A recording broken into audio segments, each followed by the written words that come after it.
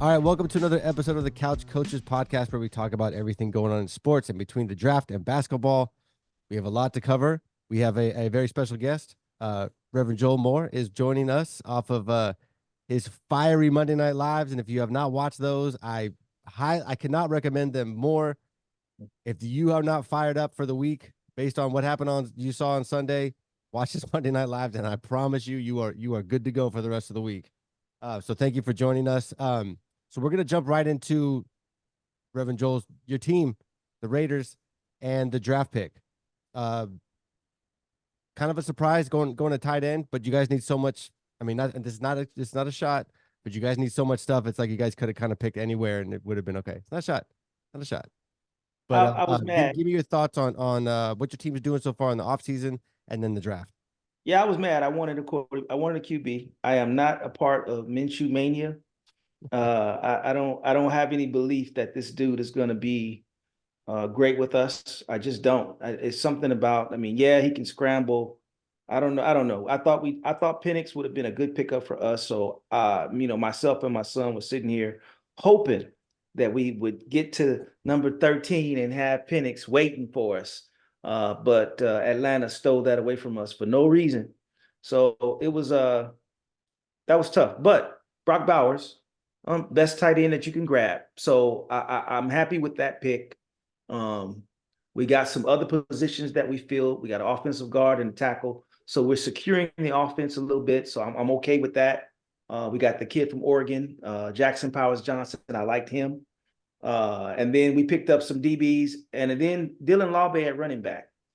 I believe Dylan Lawbay at running back could be a sleeper, as in a McCaffrey-like player for any Niner fan out there. I think he has a running style like McCaffrey, with the exception of when McCaffrey gets to the edge. He's an edge runner. McCaffrey will take you up straight up the tackles, but if he does go to the edge, he's hard to bring down. So I kind of like I think if I were to grade our draft, I'd say we did a B plus. That's the PFF gave you guys a B plus also, so that's good. I mean, and they go through all those crazy numbers.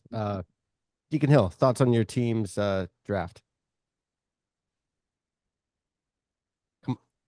Come off mute. Mute. Thank you. you I agree with Reverend Joe completely. I mean, I can't add much to what he said. I was totally shocked when Atlanta took the quarterback, took Penix, and then that explanation they gave, building for, I don't know what year they building for, but somewhere down in the future.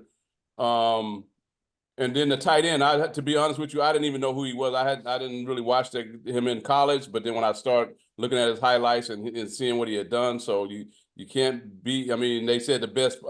They went for best player available, and he was the best player available. So you got to go with that. And I agree also. They stocked up on the O-line. They filled some needs on defense and picked up a linebacker. That running back that Reverend Joel's talking about, I was reading up on him. And he's a dynamic guy. He played for a smaller college, but he's a dynamic runner. So I can't be mad at the Raiders for what they did. So I agree. One thing I did notice too. So when Gruden was drafting, and whether it was Gruden or Mayock, whoever was pulling the strings, every year there was always a couple players where they felt like the analysts felt like they jumped and drafted them way too early. Yes. And they never understood why they didn't trade back or why they didn't, and you didn't hear any of that. Everything was very positive. The tight end thing.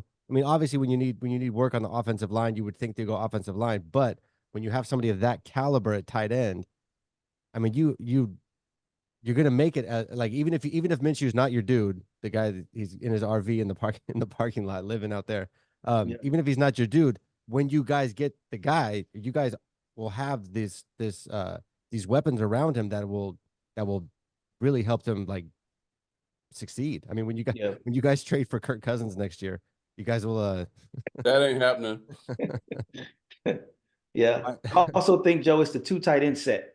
I think we're going to work with the 2 tight end set. And I think that's another reason for Brock Bowers coming in, is that we worked that 2 tight end set, which also is going to open up the middle, broken up the run game, which we know AP likes to pound you. So I think this is going to help. We'll see. But I'm just not happy with the quarterback situation. But we'll do what we'll make do. We'll see what happens. Yeah, I'm not gonna throw our quarterbacks under the bus right now. Even ACO, whatever they call his initials, with like I say, with this 2 tight end set running the power ball, he ain't gonna have to be moved that much around in the pocket to make things happen. Then I agree with that. And the quarterback that we got that was he backed up Lamar Jackson last year. We you know who I'm talking about, the brother, I can't think of his name, but he was a backup for Lamar. And he came in and won a few games last year. He's I call him Lamar, the poor man's version of Lamar. So we got a couple quarterbacks in the room, and we'll see what happens. Yeah. What happens. All right, Brother Bill, switching to our NFC champions 49ers, thoughts on our draft? I believe we addressed all of our needs except for center. So we got an offensive tackle, offensive guard. Question will be whether or not that tackle that we drafted is going to be on the right side, because we've already got Trent Williams at left. Same with the guard. Will that be our right or left guard? But then knowing that we got the other 4 draft picks then we got 2 wide receivers. I only expected us to get 1. I was surprised we actually got both. The guy from Florida, and then in the 7th round, we got a receiver from USC. My concern with them is they aren't tall receivers by receiver standards. I believe the one from USC is 6'2", which isn't short, but I thought that we would have gone for maybe a tall receiver because we need someone to be able to stretch the field, I believe, vertically a little bit more. And then we also got into linebacker, which I'm glad. And then we got a safety and a corner. I'm hoping that Hufanga, our starting safety, comes back off his ACL injury. But I believe that the other area I thought we were going to address was defensive linemen, knowing that we lost Chase Young. So I would give our draft a B. I believe that we are offensively, we'll have to see how our offensive line does this year. And I'm still concerned about our defensive line linebackers once we get to our backups, when our starters have to go out or we lose them because of the injury during the year. Because that's, I believe, what cost us our Super Bowl is our attrition on defense against Kansas City. Yeah, so I was going over. I was concerned with our offensive line, even though we grabbed the guy from Kansas. So I went back and looked through. I went through all of our free agent signings, where we addressed the defensive line a lot. In that, almost like we were like doubling up on positions, and then in the unrestricted free agents, in the undrafted free agents from this year's draft, we picked up a couple centers there. So a guy that didn't get drafted 250 times. I don't know how great they are, but I mean, if you feel you can coach them up, I guess it works. I mean, almost half the league's undrafted anyway. So, well, your quarterback barely got drafted, so. And look at him. Yeah, so there's hope. It's fantastic. Hey, that receiver, Ricky Purcell from Florida, is really nice though. Good receiver. Yeah, and I can't tell if like I thought we were drafting him because it was like, oh, Ayuk's gone or Debo's gone, and there's like no. It's like they're willing to listen, but the asking price is so high that nobody's offering. So I can't really tell what the dynamic is there. I don't know if they're trying to get them to take a pay cut. I don't know if they're trying to position themselves so they're not paying Brandon Ayuk $30 million a year. I don't really get it, but we have 900 wide receivers, so hopefully a couple of them work out okay. Yeah, I heard on Sports News today that as of today, the plan for the Niners is to keep both Ayuk and Debo. But that's today. I believe it's fluid. I mean, you'll have to see, number one, what happens leading up to the season, and 2, if they are still on the roster at the start of the season, are they keeping them? Because as we know, teams lose players during the year, and if a team is in need of a receiver and they're willing to offer enough, could that then make the Niners interested in trading either one? Yeah. Yeah, I think I don't know, because it's hard because we don't really like Ayuk's R1. And he has great numbers, but we don't really use him like you see them use other number 1 receivers. Like he's almost like a slot receiver for us. Yeah. So I don't know if teams are looking at that going like, yeah, he's good and his numbers are great, but I don't know if he works because we don't use him, like we don't air the ball out to him ever. It's always. But I think that's what you're trying to secure, right? I think that's the reason for you guys drafting so many receivers. You want to give Brock those weapons this year where he can air it out. And so you got that one Wow. you got in the 6th round, you got Purcell in the 1st round. So you got some receivers, and even though you're stacked with them, right? I think the strategy is going to be to air it out. Your run game is already strong, right? Yeah, McCaffrey gonna do what he do, but to have that receiving game to go with it, man, it's going to be, you can pick and choose, right? So I'm Yeah. not mad. I'm not mad at the Niners draft picks. I'm hoping that we have a running back that Kyle trusts enough to not. I mean, how McCaffrey got through that season without Mhm. injuries is beyond. They used him all the time. I mean, way up in games that were getting killed, like Baltimore. He's running the ball so many times. It just seems like way too many touches for somebody that you're trying to keep. You would hope keep fresh enough for a big postseason run. Um, were there any Reverend Joel? I'm gonna start with you again. Were there any teams that you saw any surprises? Either they got better, they got worse, or they made a weird move, and you're like, Well, I don't get of it. course, I'm going to say I think I am not sold on Caleb Williams. So before I say the Bears got better, I don't know. I don't know that getting rid of Fields and then picking up Williams. I don't know. You just drafted a QB. You didn't give him a chance to win and learn. Now you got a new one in the same system. So, they could potentially be a threat, right? If Williams comes in, the 2nd round, they got a Dunze, the receiver from Washington, who's a great receiver, you know, young, I heard them in the press conference kind of talking about what they was going to do together, and so I think the Bears could be something to watch if Caleb Williams is for real, and if the Kool-Aid is right, I guess, and he turns out to be what everybody thinks. He's fooled everybody to thinking that he is. I just don't know. I'm not sold on Caleb Williams. I'm not, because of his attitude. Maybe not his ability, but his attitude. Yeah, he gives off like he's obviously has a high skill set. He's a little too hero ball, runs around a little too much. I mean, they without him, they played pretty well in the bowl game. And granted, Yep. people sit out bowl games and stuff. My thing is like he gives off a Kyler Murray kind of vibe. And I would not want Kyler Murray as talented as he is. I wouldn't want him as my QB just because like I feel like if the QB's not the leader, that's not a great place for your team to be. Like your team could be really talented, but I can't think of like great teams Yep. where the quarterback isn't at least one of the leaders of the Yep. team. Leadership. And that's big Yeah, because that's why Spencer Rattler didn't go. Nobody thinks that kid can be a leader. not at So there you all. go. He was Which sitting is around a long time. We and didn't want him. from a thing that he did in high school. Like this is like 5 years later, and they're still like, but I remember when he was 17 and he was dumb. It's like Yep. we were all 17 and dumb. It's like you Yep. put some dummy put him on TV. That Yep. was the problem. He's a kid. Yeah.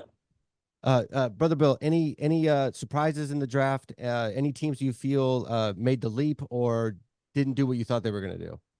Yeah, I would say the Arizona Cardinals, who in our division, they made a leap. I really like. I don't say I like their draft picks, but they got a running back, they got a receiver. I couldn't pull up their names fast enough, but depending Marvin on what Harrison happens Jr. with the quarterback, sorry, They got Marvin Harrison Jr. they got Marvin. There you go, that receiver. Yeah. Yeah. So, who is the perfect replacement for Larry Fitzgerald in terms of talent level? Now, will that translate from Ohio State to the NFL? We'll see. But just looking at the division, I didn't see anything stand out with the Rams, nor did I. Seattle is always going to be Seattle, but I think Arizona, like I said, it'll be interesting to see how that shapes up if Kyler Murray is still the quarterback for Arizona this year. Yeah, I was going through like the draft grades from PFF, and granted, I don't know all these players and stuff.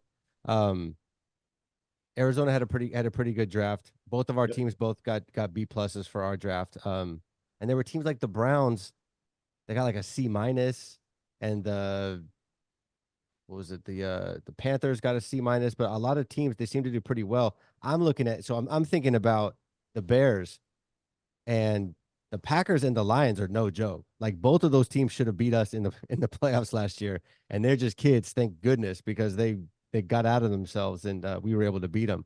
But that whole division is going to be tough, and Not that I'm worried about JJ McCarthy for Minnesota. I don't know. I don't know why people were so high on him, but that whole division is going to be rough for a Bears team that's like you said, it's the same crew as last year coaching, a ton of new faces. They did a ton of stuff, obviously in the draft, and a ton of stuff with free agency, tons of offensive weapons, which is nothing that Chicago has ever done in the history of Chicago. So like it's like a whole new team, which will be interesting. Deacon Hill, any teams that jumped out to you as like, oh wow, they look like they did a really good job, or man, they totally missed something? Well, the obvious one is what we already discussed was that with Atlanta and that pick that they went and grabbed the quarterback when they already just paid Kirk Cousins what 180 million or something like that. Crazy. And then they go and grab this guy where they could have got him some help, you know, with an offensive weapon, receiver, or somebody. So I don't know what Atlanta was doing. And I'd have to also agree with Reverend Joel about with Caleb Williams. I watched him in college, and I mean, he's decent, but I didn't see all this eye-popping talent that everybody's talking about. To me, like you said, he runs around a lot, and I don't see that. And I don't really see that type of a style translating into the NFL. You know, that what I Diva. saw He's a from diva college. too. How you a diva already? You're a diva already. Yeah, and all of that. So yeah, Can I say diva on this show? He's a Yeah, diva. yeah. yeah, you can say diva, but yeah, I have to agree. I didn't even from a talent standpoint, I didn't see all of that. I liked it. Daniels out of LSU before I would have took. I liked his talent level before I liked Yeah. Caleb. So I Yeah. agree. One thing that's well, and I was really surprised that the Patriots went with the quarterback, considering they're such a mess. Their whole team is just a mess. It's almost like they did it to be like, oh hey, we really believe in this guy. Nobody wants the third pick. That is a complete, like, you have to create this quarterback. He's all raw talent. I mean, it's like a Trey Lance thing. Mm. Like you can see it, and the potential could be really really high because he's big, strong, fast. I don't even know how accurate he is, but he's a total test case. And to Yeah. throw that in to a completely new coaching staff, it seemed like a weird move, but seemed like almost like a PR move. Yeah. Hey, Joe, one quick surprise though. I mean, and this probably impacts everybody. We probably all agree on this. All of us hate the Kansas City Chiefs equally, probably.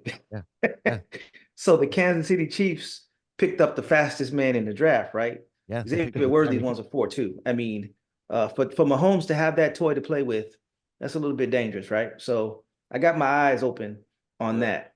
If this kid can catch like that and run a 4-2, that's good. That could hurt all of us. Well, Yeah. and Kansas City develops the players so well. I mean, even Kansas City, think about how many problems they were having all season with offense. People being on the right page and dropping balls and doing this, and oh hey, surprise, everything works just great in January. Perfect timing for for us to come in. They do such a good job of coaching their players up on offense and defense that the fastest guy is he'll 90% he's gonna work. Yeah.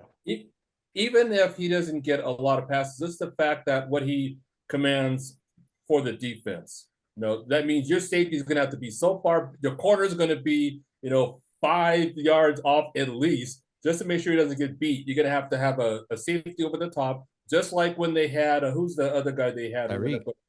Sorry, Tyreek. Tyreek Hill, exactly. Yeah. So it's what you have to do defensively, and then that sets up other things underneath. So They just signed Kelsey to the whatever was a 3-year extension, 2 years guaranteed, something like that. Yeah. So when that guy's spreading everybody out, Kelsey's just picking his spot, getting 9 catches in a row, doing something what he does. Killing us, and we gotta see Taylor Swift in the booth a whole nother season. Man, maybe they'll break up by then. I hope so. I'm tired of He's all Taylor sad. He's all sad on the field, crying. Oh. All right. So switching to basketball, and we can start with the Lakers because the Lakers surprised me. Brother James called me the second the game was over the other night to make sure I didn't say anything bad. I told you so. Deacon Hill was supposed to come on here with a broom, so all my dreams just fell apart with the Lakers taking that to 5 games. I'm sad Deacon Hill didn't have the broom. I can't tell you how much I wanted that. Deacon Hill, how about thoughts on your Lakers? You could talk about the series, but thoughts on the Lakers moving forward, considering Denver's not going anywhere. Yeah, the Lakers moving forward as presently constructed will not work. I'm very impressed with Anthony Davis and LeBron James, and I'll tell you, I was kind of skeptical on LeBron even like last year and even earlier in the season. It looked like Father Time was catching up with him, but I mean, for the last month or so, I don't see nothing no drop off. So I'm really excited that those two guys can come back. But the pieces that they have around them when it's not a championship roster. I was talking to Brother Bill on Sunday and talking about I love Austin. Was it Austin Reeves? I love him. I love his heart and his enthusiasm, but his defense will kill you every time. And then that was the last shot of the game. We seen what happened when he couldn't get over that screen. You got to stay attached. Some kind of way you have to stay attached on that. And he just don't have the foot speed to do that. But he could play on my team, but he couldn't start. He'd be a specialist, come in and give me a little, he can hit a three every now and then and stuff. But he can't play. Ashimura, my big man, he can't start for my team. He can't play defense. He gives you his offense is sporadic, and he can't play. His defense is almost non-existent on whoever you put him on. One. Denver's team, the guy that was hitting all those threes, I can't think of the Michael Porter Jr. Michael Porter Jr. Lighten him up. You guys are almost the same height. He might have you by an inch, but you should be able to close out on him and play some type of defense. But he couldn't do that. Then they switched him off on the Joker, and that was just total nothing. So yeah, so he couldn't start on my. So those two guys got to go right. And then don't let me start it on D'Angelo. D'Angelo Russell can't even be on my team. He can't be on my team. So he has to go. So my point is that the Lakers, if they could get something going with a couple players, they need a couple players in the starting role. You got to have your point guard has to be a dog. You look at all these teams that are playing right now that are winning. Look at that point guard and what he does. That dude he's a beast. All of them, and you have to have that because he's like the quarterback of on your football team.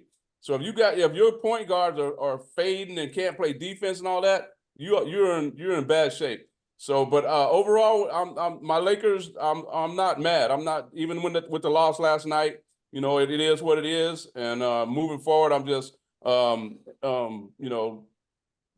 with LeBron. If he wants to come back, he kind of dropped the mic on him last night when they asked him. I don't know what LeBron be doing. He's not going anywhere. Yeah. I don't want to answer that or whatever he said. But but him and AD, if they can get a couple more pieces around them, they could try and make a run. They could make a run. So do you want offensive pieces or defensive pieces? Because I've heard. So I guess the Lakers have themselves in a position now where they can trade away up to like 3 number 1 picks, and they're talking. But every player they're talking about bringing in is all offense. It's like Trae Young. It's like, well, Trae Young's going to help you in like one aspect and destroy you in another aspect. I mean, yeah, you got to have defense. And I'm looking at you got to be able to stop it also. So yeah, they need, and plus they were saying they need another big man. The Lakers, they need some length. They need another big. Look how they were getting out rebounded. That's what was killing them. Second chance points and stuff like that. So yeah, they got some holes to fill. Well, Deke, I'm glad you are going to next season because the Lakers are on life support, man, and they're gone next game. Darvin Ham can't coach, so he's going to be gone. How many times have I seen him come outside of you call a timeout, he's standing to the side trying to figure out what to call. He pulled out D'Angelo Russell in that last moment, did not have a timeout. So now you didn't have your best shooter on the floor when you needed offense.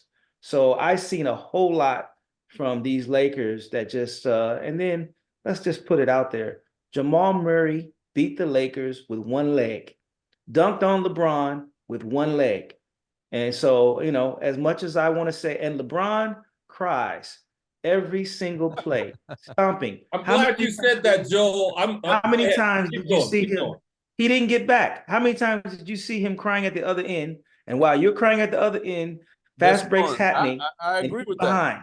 I will agree. I can't deny that, but you guys can't deny that boy is I'm gonna call it. He is the GOAT. He's 40 years old. He's on steroids. He's on steroids. He's definitely on steroids. He's on enhancements. Definitely. Oh, There's here we go. I'm not hating on him. He's great. I'm gonna send you the link to the guy he buys from. It's on Twitter. He buys it from Barry Bonds. It's the Barry Bonds guy. Balco. It's Balco. It's a Balco type, but it's undetectable type of. It's basically a hormone enhancement that gives you more it gives you to be able to run longer. It gives you more what do you call that when you can run longer? More endurance. More endurance. It's an endurance enhancement. Well, why didn't he give some to a couple more guys on his team? He gave it to AD. And look at AD this year. AD was great this year. AD's juicing too. Yeah, it can't fix getting hurt all the time. This year. It can't fix that. But I will agree, Reverend Moore. I will agree with that. Darvin Ham, he's gone. His coaching is who's the coach then for you guys? You got to find them. You have to find them. There got to be somebody out there. I'm still upset that Brian Shaw never got another shot. There it is. But my Lakers are going to be all right. They'll be fine. They'll be fine. Couple pieces and we'll run it back. Unlike them doggone whatever that thing you got on your chest there, Bill. Those guys are living in dreamland. Are you talking about the Golden State Warriors who beat the LeBron 3 times in the finals? Is that the team you're talking about? I'm talking about the team that didn't make it in the play-in this year. That's the team I'm talking about. You guys, you're in the past. That's what you got to get up. Well, so are you? I mean, you're talking about the past. I'm just saying. Played last night. Talk about the Warriors and LeBron being the GOAT. Let's just throw the facts out there. How many times did LeBron? Okay. I'll tell you what. I'll wait. I'm gonna hold my mule until my turn comes. Wait, it's your turn, but time out. Let's talk about the playoffs. We can come back and talk about LeBron when the season's over. Yeah. Wait. So, Brother Bill, you're on, but like thoughts on like either a particular series or anything in the playoffs. Well, I have to start with the Lakers because I don't want this background to be distracting. So before the series started, I said, I think, the Lakers can get, at least one game, maybe two. So I had Denver winning in 6. And then I also said that, once Denver got that game 2, I said, okay, Lakers are in trouble because they have to win 4 of the next 5. And then when the Denver rolled in to LA and just took game 3, I said, okay, it's a wrap. Had the broom ready. I was going to have a whisk broom. I was all kind of push brooms for my background. But then the Lakers showed some heart, and they said, we're not going to go down and be just swept on our own court. So they regrouped and they won game 4. So instead of a sweep, we have to settle for what they call a gentleman's sweep. So I brought out the Swiffer to represent a 4-1 gentleman's sweep. I hope I don't get in trouble. I don't want Joe get in trouble thinking advertise for Swiffer, but we'll just call this a gentleman's sweep. And here's why the Lakers lost the series against Denver. Why it wasn't. It was not because of Darvin Ham's coaching. That's not the reason why they lost. It wasn't because of LeBron James. He did his thing, sure. AD did his thing, sure. The reason why they lost is because they did not get consistent play from the others. D'Lo was hit or miss. Rui Hachimura, for the first time in the series, he actually had double figures in points last night. You also had Austin Reeves, who showed up in 1.5 games. And other than that, they didn't get much from their bench. Denver, even with Jamal Murray, even with the Joker, that game last night, I thought Denver was going to give it away. The reason why the Lakers lost is because you cannot win in a series with just 2, maybe 3 guys. That just doesn't work in a series against a good team, especially a championship team like Denver. So you can go ahead and fire Darvin Ham if you want, whoever you bring in, and you can try to do something off season. But the Lakers, they're done because the West is this, or the Western Conference, you've got too many other teams that are better. We'll have to see whether or not OKC and Minnesota are flukes this year or if they're actually on the way up. We'll have to see what happens with Dallas. So even if the Lakers can win 50 games and they're even a 4 seed at most, that's going to pan out when you get to the playoffs. So sorry, Laker Nation, y'all, you're not even on life support. The Grim Reaper is just waiting for when he's going to show up. If it's not next year, it's going to be the year after.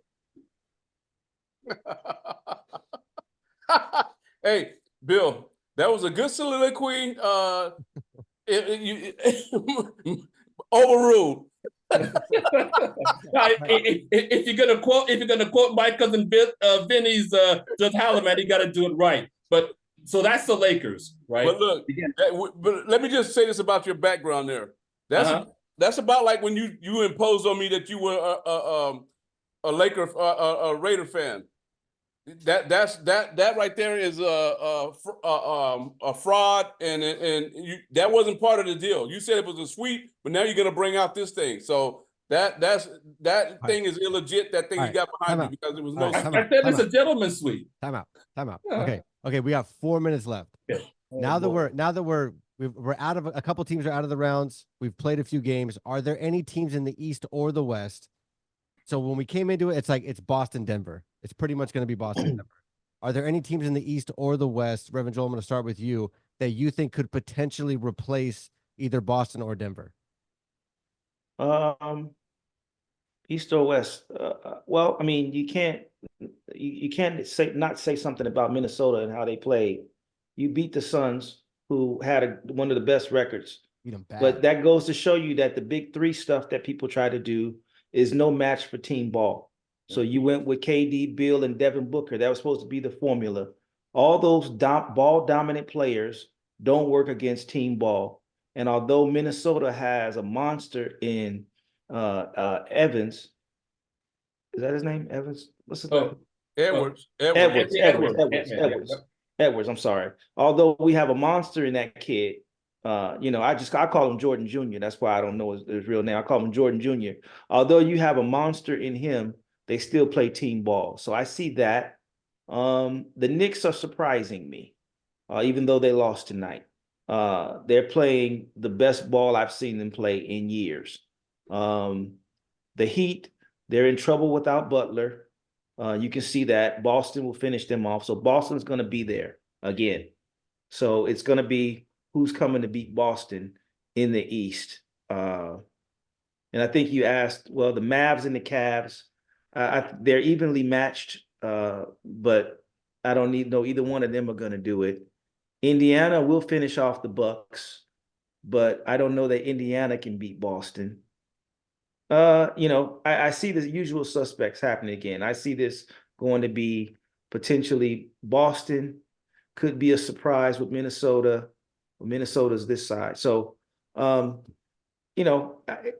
still don't know. But what I do know is you're seeing a lot of young talent rise to the top. And to me, as a basketball fan, you're seeing that the league is in good hands in the future. We just don't know where it's going between the young guns and the new guns and who's going to be there. All right, Deacon Hill. So we have 2 minutes left. Is there anybody that you think could surprise in the East or the West at this point in the playoffs? Well, I think Boston, if they don't get their big man back, what's his name? Porzingis is out for a few games. If they don't get him back, Boston is in trouble. Boston, they could be had in the East, and then in the West, it's going to be Denver's Denver's series to lose, championship to lose. I don't think Gobert are going to be able to match up with the Joker down low, and Joker's going to have his way with him, and Gobert gets in foul trouble. So that's going to be the downfall for Minnesota. And so I still see Denver coming out and winning the championship, and Boston will be in trouble if they don't get their big man back. All right, Brother Bill, we got 60 seconds left. Anybody that you think could surprise us in the East or West? Yeah, watch out for the Indiana Pacers because they have players who can shoot. They have big men who can score and defend. It'll be interesting to see if they play Boston in the Eastern Conference Finals and if Porzingis is there. I mean, if he's not there, then it's a toss-up. But even with him there, that's the matchup I'm looking for. So my dark horse or the team to watch in the East to possibly beat the Celtics in the Eastern Conference Finals is the Indiana Pacers. In the West, barring injury, Jamal Murray's got 5 days for that calf to heal. If he can play, then I see Denver in the West. I just don't see a team who can match up against Denver. And Denver, they haven't even played their best ball yet. I mean, there are those, I don't know what the record is for the lowest point differential in a series for a team, to go on 4-1 and not a sweep. But two of those games against the Lakers could have gone either way.